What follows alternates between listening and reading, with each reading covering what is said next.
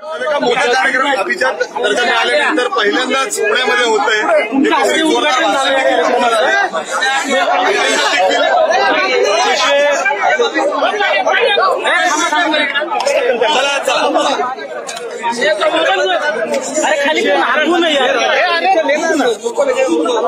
या ठिकाणी पुण्यामध्ये तिसरं विश्व मराठी संमेलन सुरू झालेलं आहे.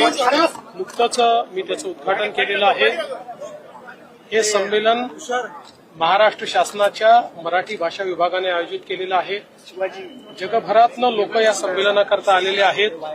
माय मराठीवर प्रेम करणारे अनेक लोक आपल्या स्वतःच्या खर्चाने या ठिकाणी आलेले आहेत आणि पुण्यामध्ये अतिशय भव्य आयोजन पुणेकरांनी केलंय.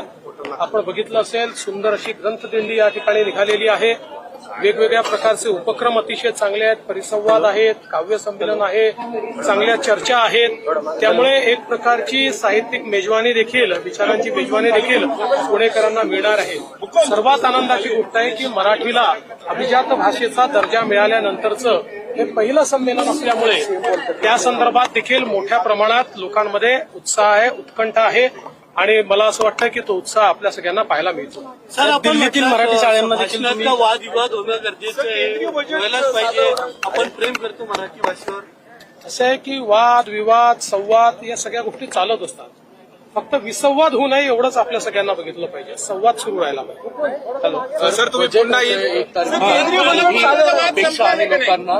बजेट नेमकं कसं असेल राज्यात?